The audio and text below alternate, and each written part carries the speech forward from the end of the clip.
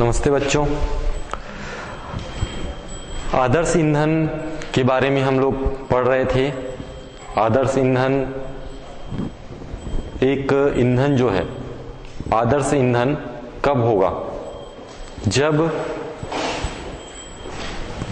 ईंधन का ऊष्मीय मान क्या होगा? अधिकतम। तो आदर्श ईंधन जो है उसका ऊष्मीय मान क्या होना चाहिए? अधिकतम।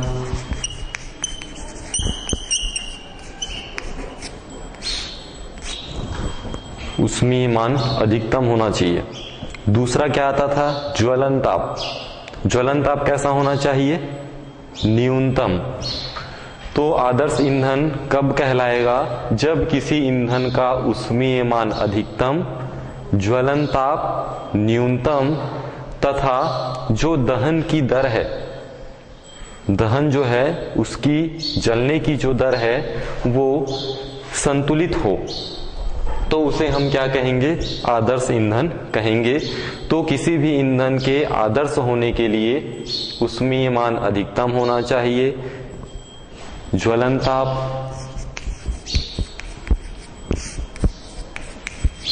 कैसा होना चाहिए? न्यूनतम, और दहन की दर कैसा होना चाहिए? संतुलित।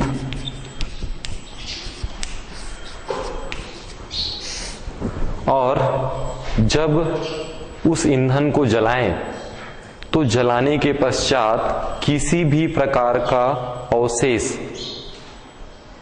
किसी भी प्रकार का जो अवशेष है उसकी मात्रा ना रहे, तो उसे हम क्या कहेंगे? आदर्श ईंधन।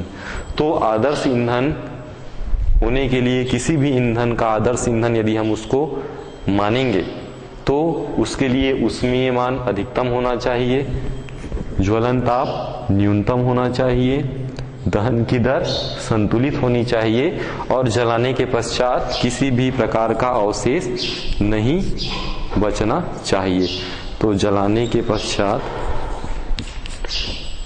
ठीक, जलाने या हम कह सकते हैं जलने, जलने के पश्चात ज्यादा अच्छा रहेगा। जलने के पश्चात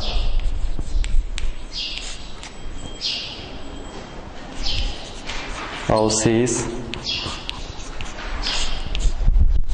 शेष नहीं। तो जलने के पश्चात जो अवशेष है वो शेष नहीं रहेगा। जलने के पश्चात अवशेष शेष नहीं। अब एक आदर्श ईंधन है, उसकी क्या क्या विशेषताएं होनी चाहिए? तो आइए हम देखते हैं आदर्श ईंधन की विशेषताएं।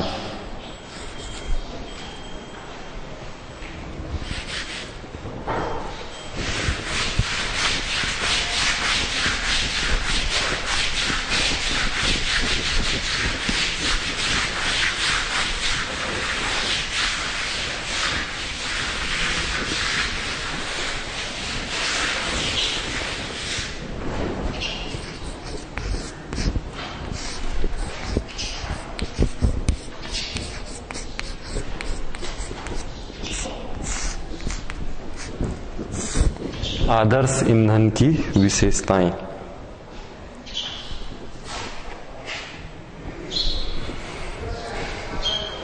पहला, क्या विशेषता हो सकती है? पहला आप क्या बोल रहे हैं कि आदर्श ईंधन का ऊष्मीय मान क्या है? अधिकतम हो। तो पहला विशेषता ये हो जाएगा कि जो ईंधन हो, जो ईंधन आदर्श होगा उसका ऊष्मीय मान उच्च होगा। तो उच्च ऊष्मीय मान का हो तथा ज्वलन ताप कैसा होना चाहिए? न्यूनतम, या हम बोलेंगे कम। तो पहला विशेषता हो जाएगा उच्च ऊष्मीय मान का हो, उच्च ऊष्मीय मान का हो तथा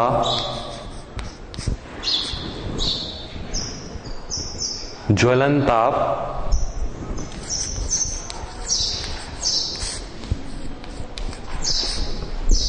कम हो।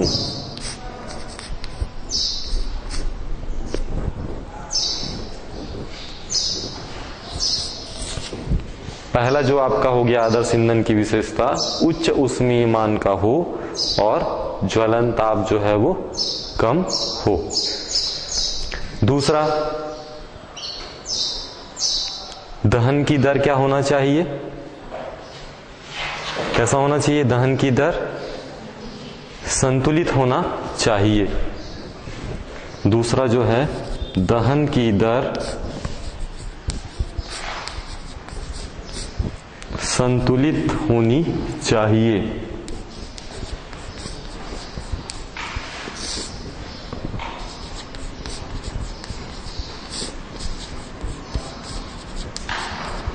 तो दूसरी विशेषता यह होगी, दहन की जो दर है वो संतुलित होनी चाहिए। और क्या हो सकता है? आदर्श ईंधन की विशेषता और बताइए।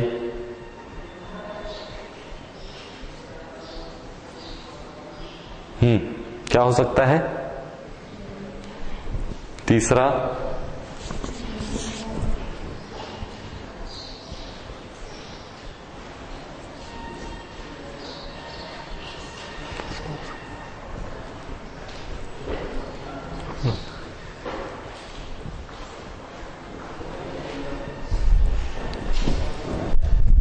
उसको ठीक करना, नीचे वाला वो रे पलट गया ना ऊपर, उसको नीचे कर, चिपकाना।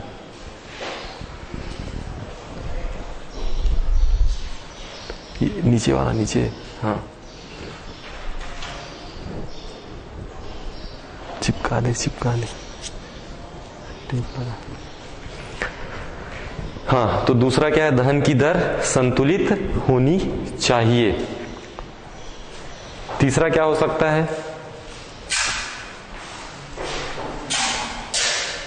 ईंधन का जो हम ईंधन जो प्रयोग में ला रहे हैं उनका क्या होना चाहिए?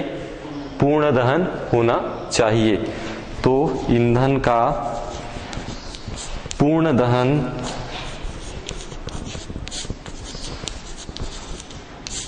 होना चाहिए। यह हम कहेंगे कि ईंधन का पूर्ण दहन हो तथा दहन के पश्चात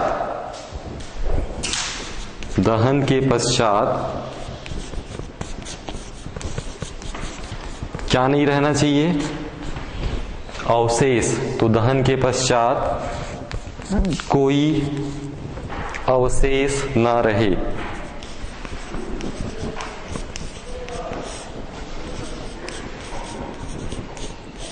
तो ये हो गया तीसरी विशेषता। अब चौथी विशेषता यदि हम देखें तो जो आदर्श ईंधन है उसका हमको यदि भंडारण करना है, तो भंडारण मतलब रखना है, तो आदर्श ईंधन को रखने के लिए क्या चाहिए? स्थान। तो इसका जो भंडारण है, जो स्थान है, उसमें अधिक स्थान की आवश्यकता न हो। तो भंडारण के लिए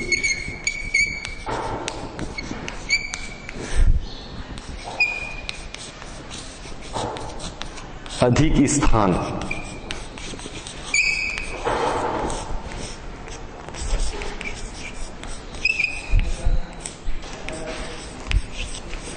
की आवश्यकता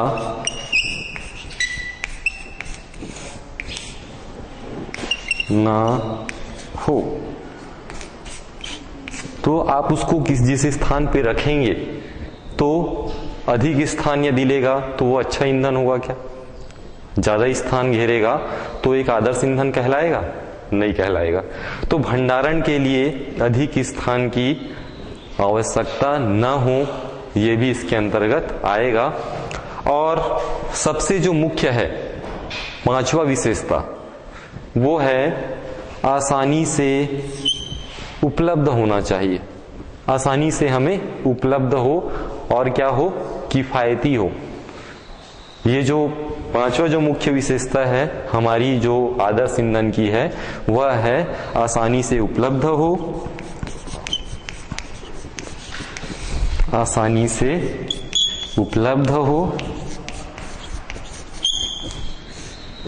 तथा कैसा होना चाहिए, किफायती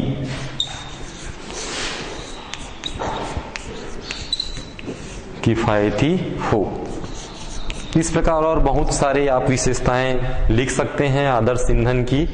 तो आदर्श ईंधन की विशेषताएं मुख्य 5 यदि आप याद रखें तो पहला, उच्च ऊष्मीय मान का हो, ऊष्मीय मान अधिकतम होना चाहिए, ज्वलन ताप न्यूनतम या कम होना चाहिए। आप जानते हैं, पढ़ चुके हैं। तो पहला जो विशेषता है उच्च ऊष्मीय मान का हो तथा ज्वलन ताप जो है वो कम हो। दूसरा, ईंधन की जो दर है वो संतुलित होनी चाहिए। मतलब संतुलित मतलब एक समान रूप से वह होनी चाहिए। ईंधन का पूर्ण दहन हो, जो ईंधन आप प्रयोग में लाएंगे वो ईंधन का पूर्ण दहन हो। दहन के पश्चात कोई भी अवशेष शेष नहीं बचना चाहिए, ये हमारी तीसरी विशेषता है। चौथा, भंडारण के लिए अधिक स्थान की आवश्यकता न हो और आसानी से वो उपलब्ध हो तथा किफायती हो। ये हमारा आदर्श ईंधन की विशेषताएं हैं। तो एक आदर्श ईंधन जो है वो ईंधन के ऊष्मीय मान, ज्वलन ताप तथा दहन की दर पर निर्भर करता है। अब हम आगे बढ़ते हैं। आगे जो आपका टॉपिक है वो है नाभिकीय ऊर्जा। नाभिकीय ऊर्जा के बारे में हम अध्ययन करते हैं।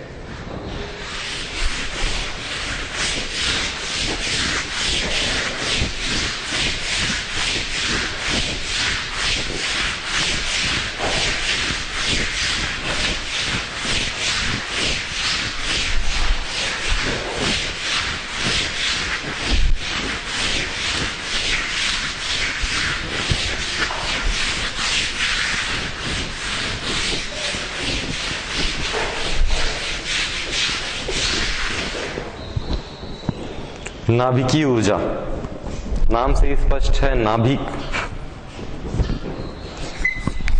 में जो ऊर्जा होगी वो कहलाएगी नाभिकीय ऊर्जा।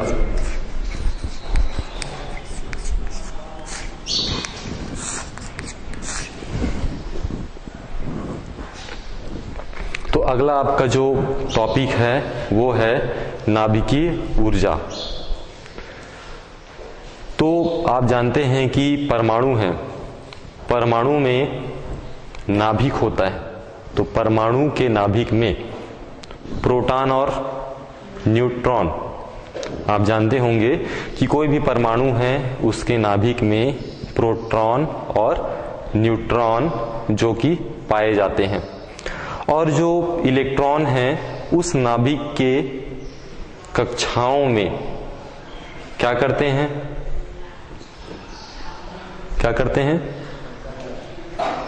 चक्कर लगाते हैं। तो एक हमारा जो परमाणु है उसके नाभिक में प्रोटॉन और न्यूट्रॉन होते हैं। इलेक्ट्रॉन जो है नाभिक के विभिन्न कक्षाओं में चक्कर लगाते हैं। और जो परमाणु है उसके केंद्र में स्थित जो नाभिक है, परमाणु है उसका केंद्र है, उसमें जो स्थित नाभिक है उस नाभिक में असीमित ऊर्जा का भंडार है। परमाणु के नाभिक में कहां पे है वो, केंद्र में। उस केंद्र में असीमित ऊर्जा का भंडार है। उस असीमित ऊर्जा के भंडार को हम क्या कहते हैं, कौन सी ऊर्जा कहते हैं, नाभिकीय ऊर्जा कहते हैं। तो नाभिकीय ऊर्जा क्या है, परमाणु के यदि हम देखें तो परमाणु के नाभिक में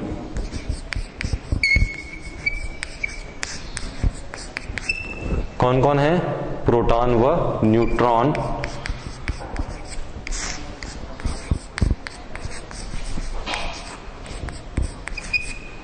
प्रोटॉन व न्यूट्रॉन है। इलेक्ट्रॉन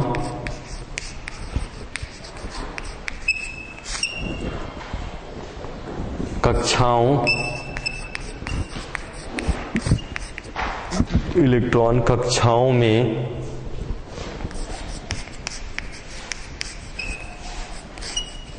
नाभिक को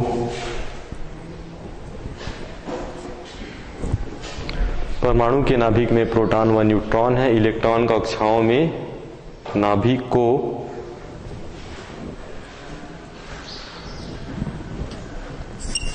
घेरे रहते हैं।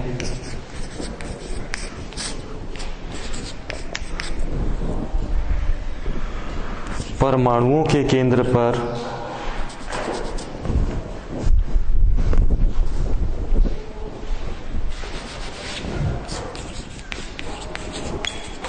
परमाणुओं के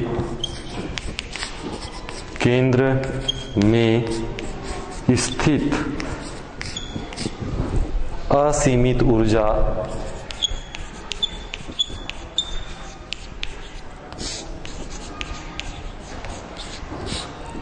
का भंडार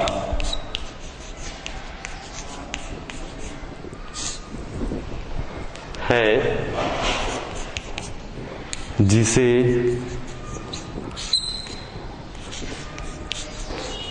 नाभिकीय ऊर्जा कहते हैं।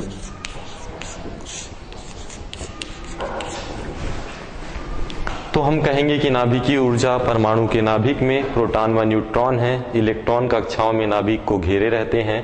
परमाणुओं के केंद्र में स्थित असीमित ऊर्जा का भंडार कहां पे है? परमाणुओं के केंद्र में। ये आपको याद रखना है कि परमाणुओं के केंद्र में स्थित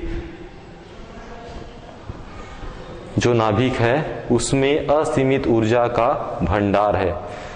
तो परमाणुओं के केंद्र में स्थित कौन है?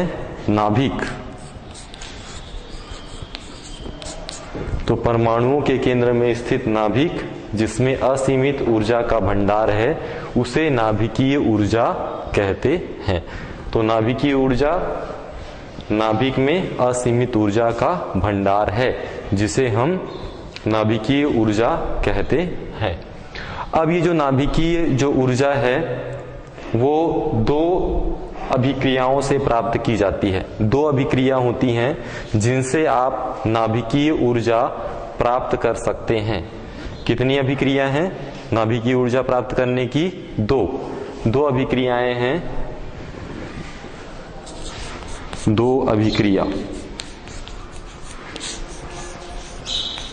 दो अभिक्रियाएं हैं नाभिकीय ऊर्जा प्राप्त करने की। पहला नाभिकीय विखंडन। नाभिकीय विखंडन और दूसरा नाभिकीय संलयन।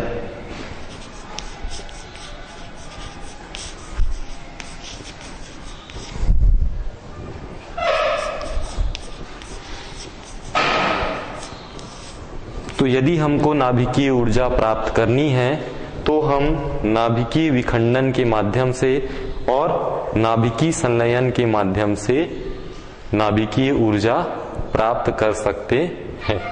तो आइए सबसे पहले हम देखते हैं नाभिकीय विखंडन अभिक्रिया होती क्या है।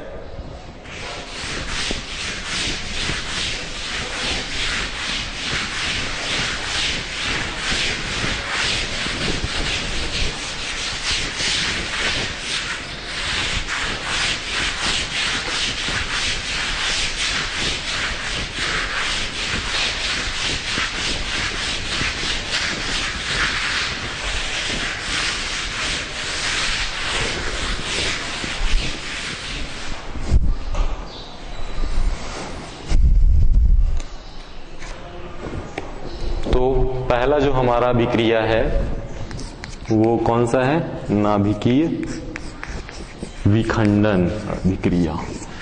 नाभिकीय विखंडन।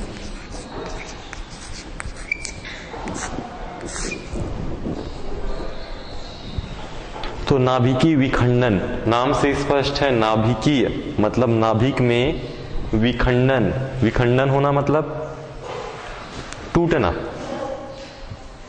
तो एक यदि भारी नाभिक है वो टूट जाए, उसको हम किसी तरीके से विखंडित कर दें, तो जब हम विखंडित करेंगे, तोड़ेंगे, तो उसमें से क्या निकलेगी? ऊर्जा। तो वो ऊर्जा क्या कहलाएगी? नाभिकीय विखंडन। तो आइए हम नाभिकीय विखंडन के बारे में देखते हैं। तो नाभिकीय विखंडन जो कि नाभिक में, परमाणु के नाभिक में, केंद्र में हम उसे विखंडित करते हैं, तो कहेंगे कि एक जो भारी नाभिक है, एक जो भारी नाभिक है जिस पर मंद गति से, गति कैसी होनी चाहिए? मंद। न्यूट्रॉनों की यदि हम बमबारी करें, तो एक भारी नाभिक हो उसमें हम मंद गति से न्यूट्रॉनों की बमबारी कराएं, मतलब न्यूट्रॉन उस पे हम छोड़ दें, एक निश्चित वेग से छोड़ दें, तो वो जो भारी जो नाभिक है वो न्यूट्रॉनों से क्या होगा?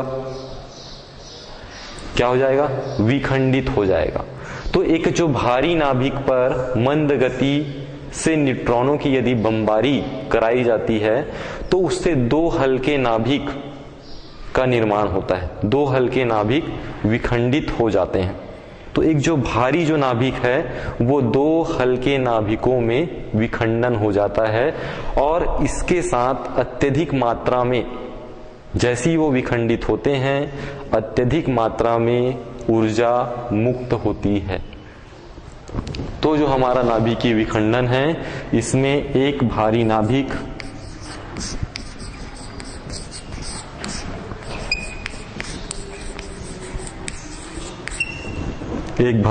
है, उसमें हम किसकी? मंद गति से एक भारी नाभिक पर मंद गति से किसकी बमबारी? न्यूट्रॉनों की बमबारी।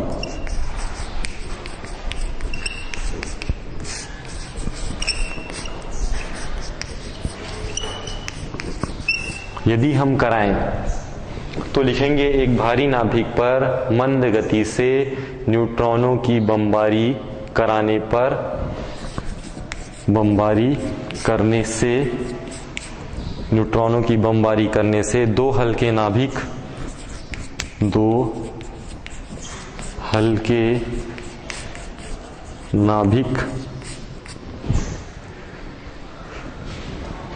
में क्या हो जाएगा? विखंडित हो।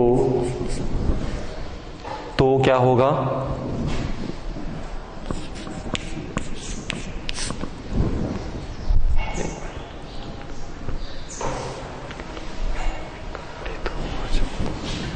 विखंडित हो जाता है तथा अत्यधिक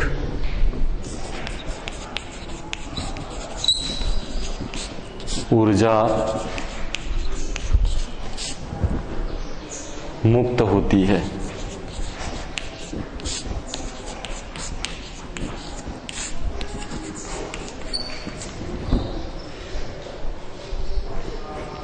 तो नाभिकीय विखंडन में एक भारी नाभिक पर मंद गति से न्यूट्रॉनों की बमबारी करने से दो हल्के नाभिक में विखंडित हो जाता है तथा अत्यधिक ऊर्जा मुक्त होती है, जिसे नाभिकीय विखंडन कहते हैं।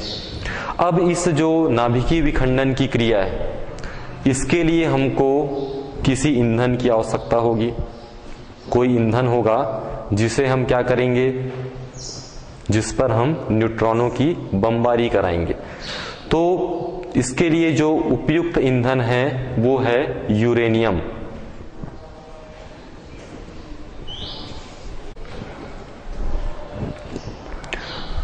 तो नाभिकीय विखंडन जो अभिक्रिया है, इसके लिए उपयुक्त ईंधन जो है वो है यूरेनियम। उपयुक्त ईंधन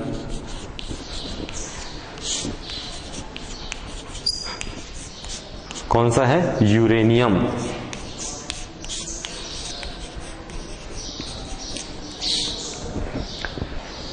इस नाभिकीय विखंडन के लिए उपयुक्त ईंधन जो है वो यूरेनियम है। और इस यूरेनियम का जो निर्माण है हाइड्रोजन के द्वारा होता है। यूरेनियम का जो निर्माण है वो हाइड्रोजन जो है उनके संलयन से होता है। यूरेनियम जो है वो दो रूपों में पाया जाता है। यूरेनियम कितने रूपों में पाया जाता है? दो रूपों में। इसके दो रूप हैं। पहला जिसको हम बोलते हैं समस्थानिक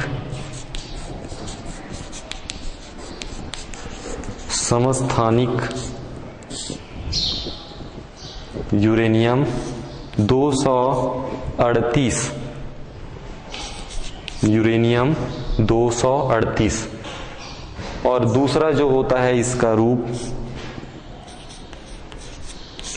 पहला जो है वो समस्थानिक यूरेनियम 238 और दूसरा इसका रूप है समस्थानिक, हम बोलते हैं समस्थानिक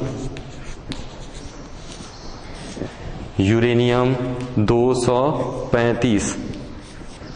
तो यूरेनियम के जो दो रूप हैं, यूरेनियम 238 और यूरेनियम 235। यूरेनियम जो 235 है इसमें जो नाभिक है, यूरेनियम 235 जो परमाणु है, भारी नाभिक है यूरेनियम 235। इसके अंदर 92 प्रोटॉन, कितने प्रोटॉन पाए जाते हैं? 92 प्रोटॉन इस यूरेनियम 235 नाभिक के अंदर पाए जाते हैं। और 143 न्यूट्रॉन, 143 न्यूट्रॉन इस यूरेनियम 235 जो कि इस नाभिकीय विखंडन के लिए उपयुक्त ईंधन है, इसके अंदर नाभिक में पाए जाते हैं। तो यूरेनियम जो 235 है इसके अंदर 92 प्रोटॉन और 143 न्यूट्रॉन जो है वो पाए जाते हैं। और ये जो यूरेनियम 235 जो है इसमें नाभिक में जो आकर्षण है, नाभिकीय आकर्षण बल जिसको कहते हैं, नाभिकीय आकर्षण बल एवं स्थिर वैद्युत प्रतिकर्षण बल, दो बल से ये बंधे होते हैं। जो भारी नाभिक है इस नाभिक में नाभिकीय आकर्षण बल, कौन कौन सा बल पाया जाता है? नाभिक आकर्षण बल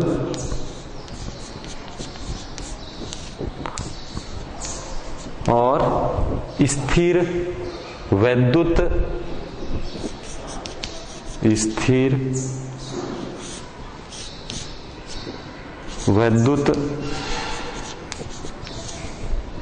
प्रतिकर्षण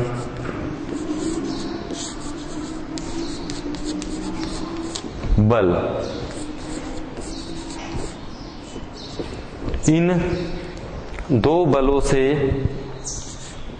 ये जो भारी नाभिक है वो आपस में बंधे हुए होते हैं, संतुलन की अवस्था में होते हैं। अब हम इस जो भारी नाभिक है उस पर क्या करते हैं? मंद गति से न्यूट्रॉनों की बमबारी करते हैं। तो आइए अब इनका जो यूरेनियम 235 यदि हम भारी नाभिक को लें और उस पर न्यूट्रॉनों की यदि बमबारी कराएं तो कितने नाभिक में वो विखंडित हो जाना चाहिए? दो हल्के नाभिकों में विखंडन होना चाहिए और साथ में क्या होनी चाहिए? ऊर्जा मुक्त होनी चाहिए। तो किस प्रकार से यह क्रिया होती है, किस प्रकार से नाभिकीय विखंडन की घटना होती है, उस पर हम प्रकाश डालते हैं। तो हमारे पास क्या होना चाहिए? यूरेनियम 235।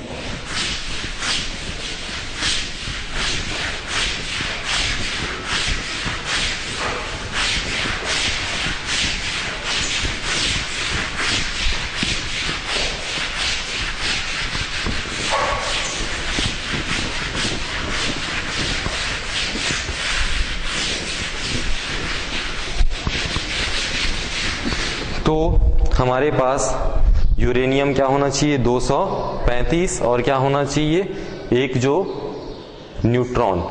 तो ये हमारा है यूरेनियम 200 कितना 35। तो यूरेनियम 235 इसमें कितने होते हैं 92 या 92 प्रोटॉन होते हैं। तो यूरेनियम 92 235 हम ऐसा लिखेंगे। ये क्या है यूरेनियम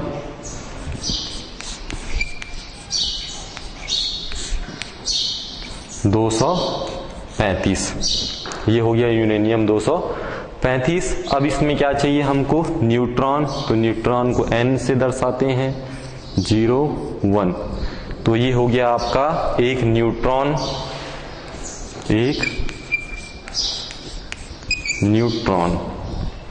अब इन दोनों में क्या कराएंगे हम बमबारी कराएंगे। तो कौन सी घटना होगी नाभिकीय विखंडन।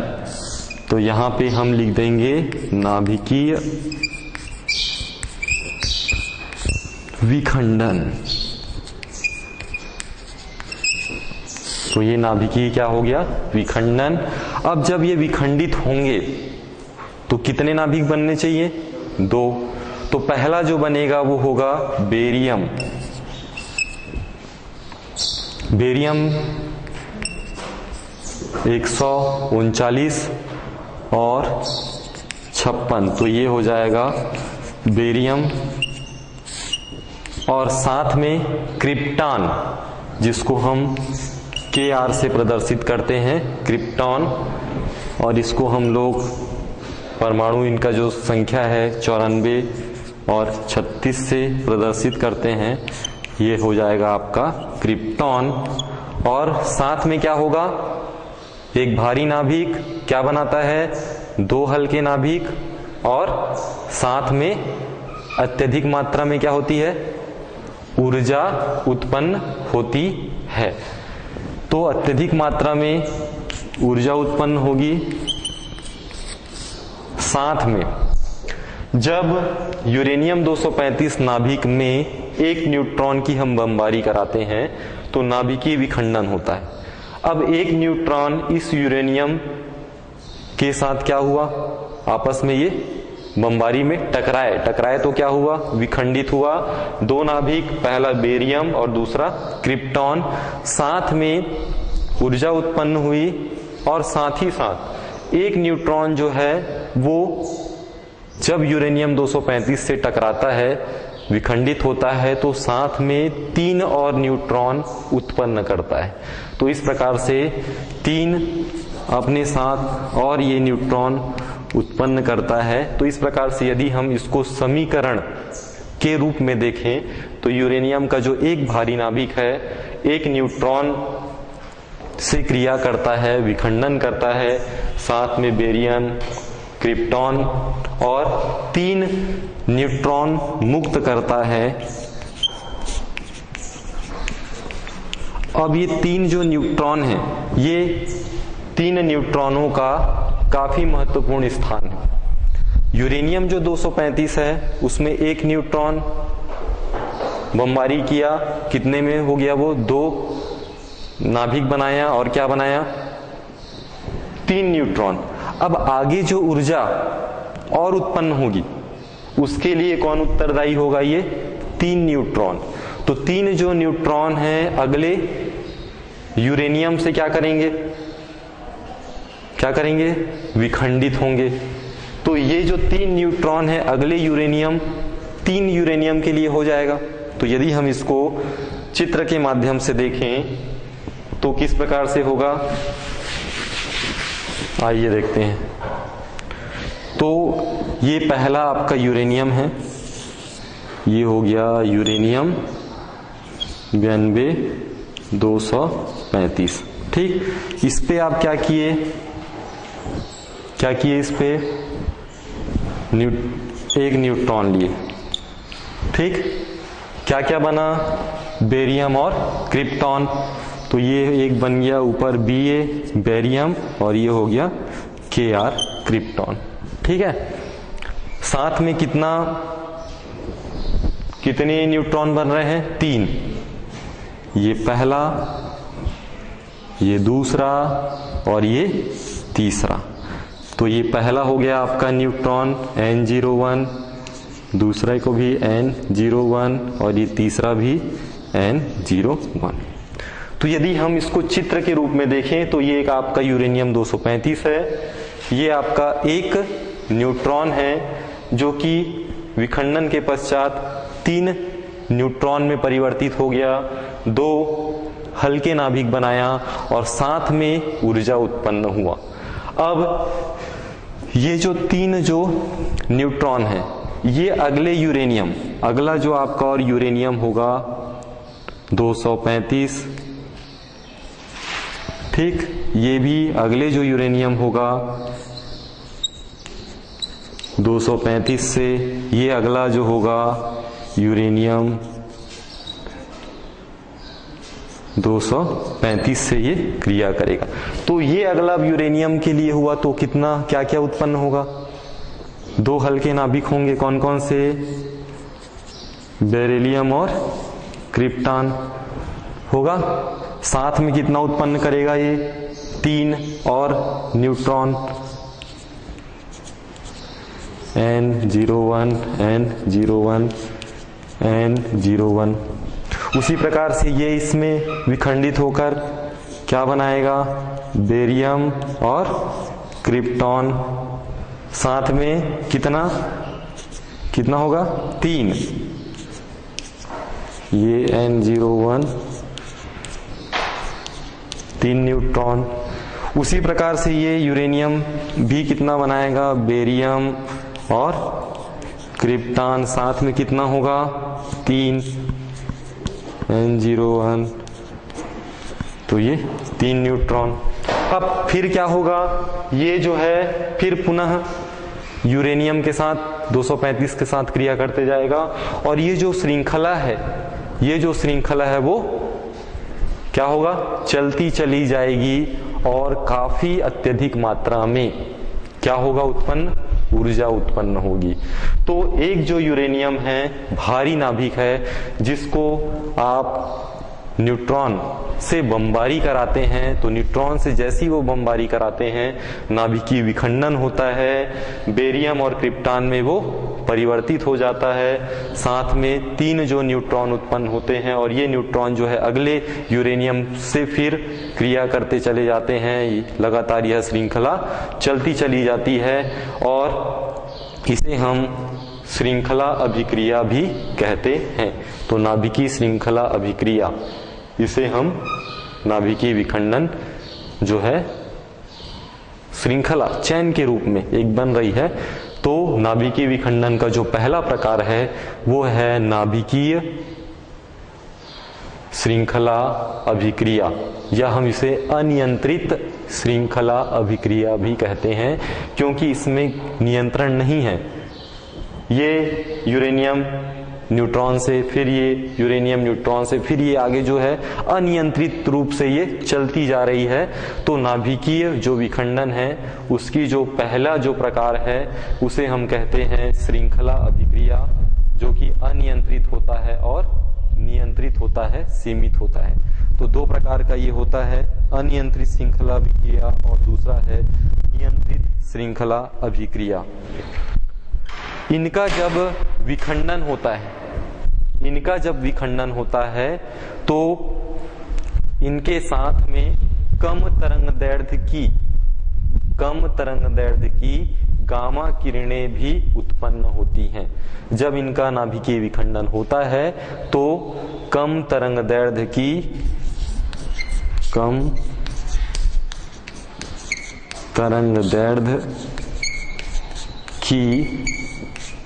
गामा किरणें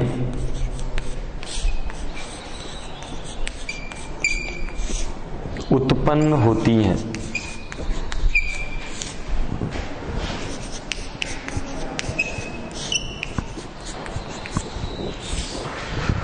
तो ये जब क्रिया होती है अत्यधिक मात्रा में ऊर्जा तो उत्पन्न होती है, लेकिन कम तरंगदैर्ध्य की गामा किरणें भी ये उत्पन्न करती हैं।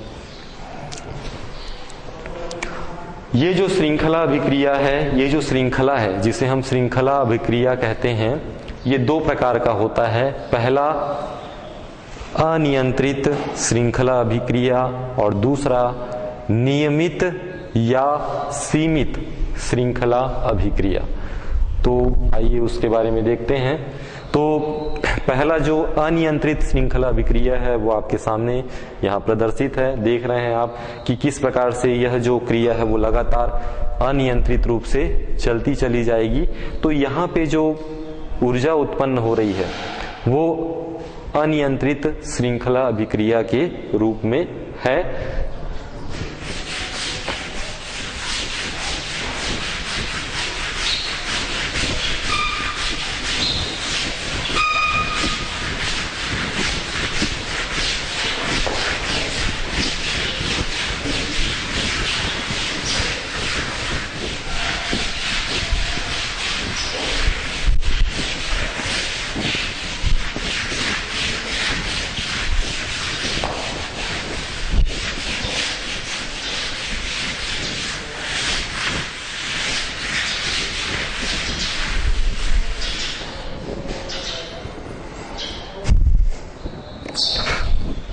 तो जो श्रृंखला अभिक्रिया है,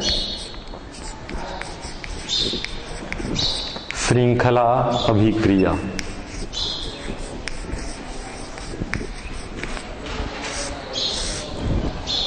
ये कितने प्रकार का होगा? दो प्रकार का। पहला जो होगा वो आपका कैसा होगा? अनियंत्रित श्रृंखला अभिक्रिया।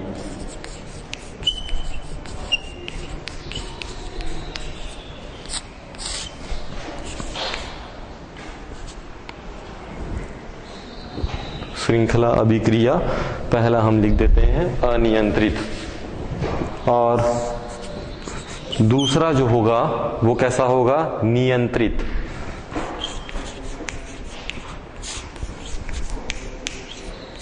या सीमित।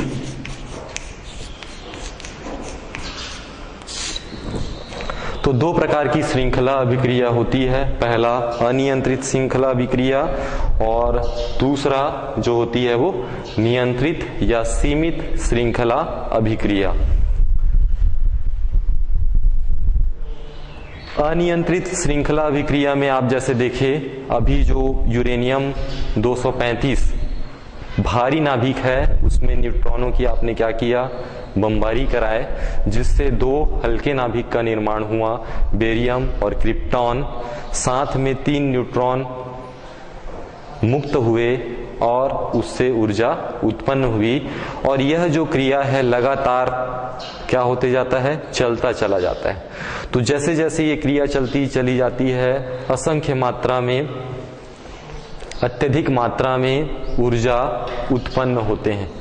अब ये ऊर्जा जो है काफी अधिक संख्या में यदि हो जाए, इनका जो ऊर्जा है लगातार बढ़ता चला जाए, ठीक है, काफी संख्या में ये यूरेनियम न्यूट्रॉनों से परस्पर टकराते जाएं, ऊर्जा उत्पन्न होती जाए, तो क्या होगा?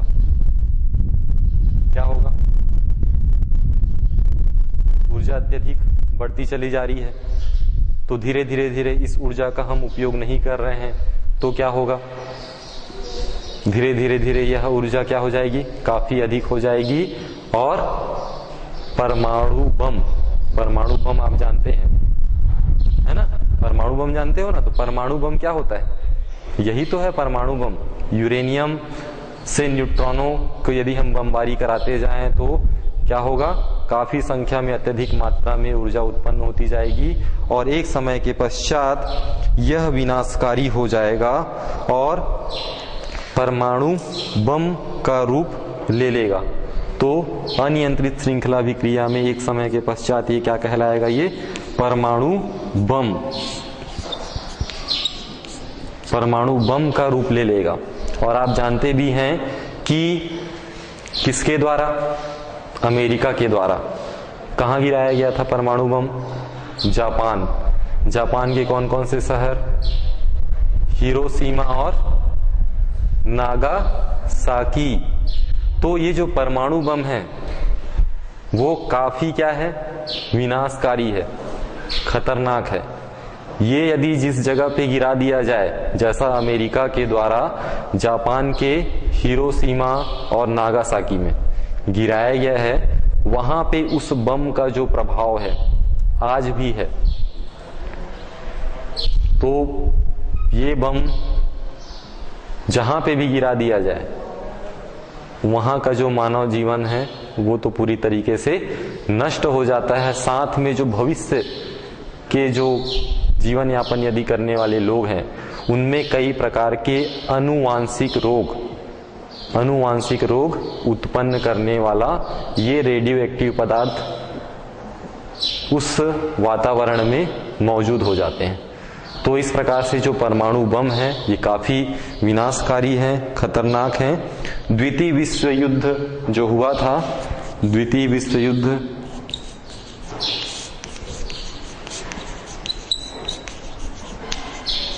जिसमें हम बोलते हैं अमेरिका के द्वारा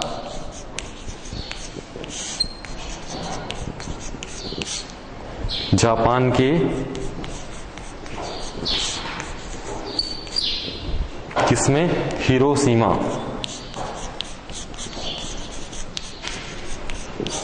व नागासाकी।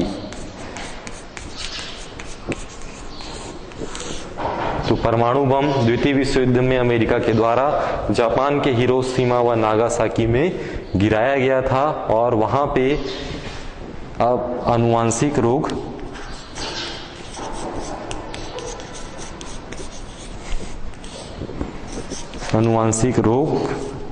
उत्पन्न हो गया है। तो ये जो श्रृंखला है, ये अनियंत्रित श्रृंखला यदि हम कराएं, यूरेनियम में न्यूट्रॉनों की बमबारी कराएं और अनियंत्रित कराएं, लगातार कराएं, तो ही ये परमाणु बम का रूप धारण कर लेगा।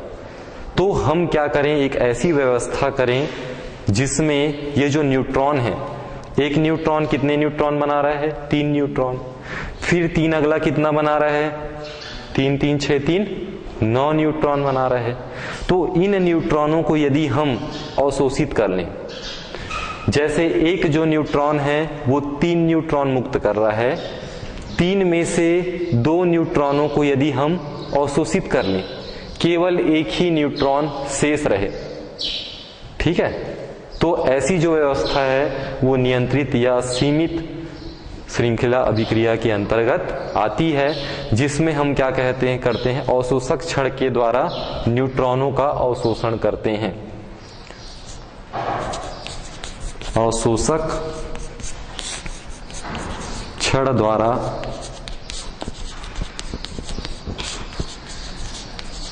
न्यूट्रॉनों का अवशोषण ये हम करते हैं, और उसे हम क्या करते हैं, नियंत्रित कर लेते हैं। और यह अभिक्रिया जो है नाभिकीय रिएक्टर के माध्यम से की जाती है। नाभिकीय रिएक्टर, तो नाभिकीय जो रिएक्टर है एक उपकरण है जिसमें 2 न्यूट्रॉनों को हम क्या कर लेंगे, अवशोषित कर लेंगे, और एक न्यूट्रॉन के द्वारा हम बमबारी कराएंगे। तो इस प्रकार से अवशोषक छड़ द्वारा न्यूट्रॉनों का जो अवशोषण किया जाता है, जिससे श्रृंखला नियमित और सीमित हो जाती है, और इसका जो हम उपयोग है वो कहाँ करते हैं, नाभिकीय रिएक्टर के माध्यम से करते हैं। इस नाभिकीय रिएक्टर में हम ऊर्जा को क्या करते हैं, आवश्यकता अनुसार ऊर्जा उत्पन्न करते हैं और उसका हम प्रयोग करते हैं। उससे विद्युत ऊर्जा, नाभिकीय रिएक्टर के माध्यम से विद्युत ऊर्जा भी उत्पन्न करते हैं। तो 2 अभिक्रिया है, अनियंत्रित और नियंत्रित। अनियंत्रित में लगातार चलती रहती है, नियंत्रित और सीमित जिसमें अवशोषक छड़ के द्वारा न्यूट्रॉनों का अवशोषण करते हैं और ऊर्जा प्राप्त होती है। धन्यवाद।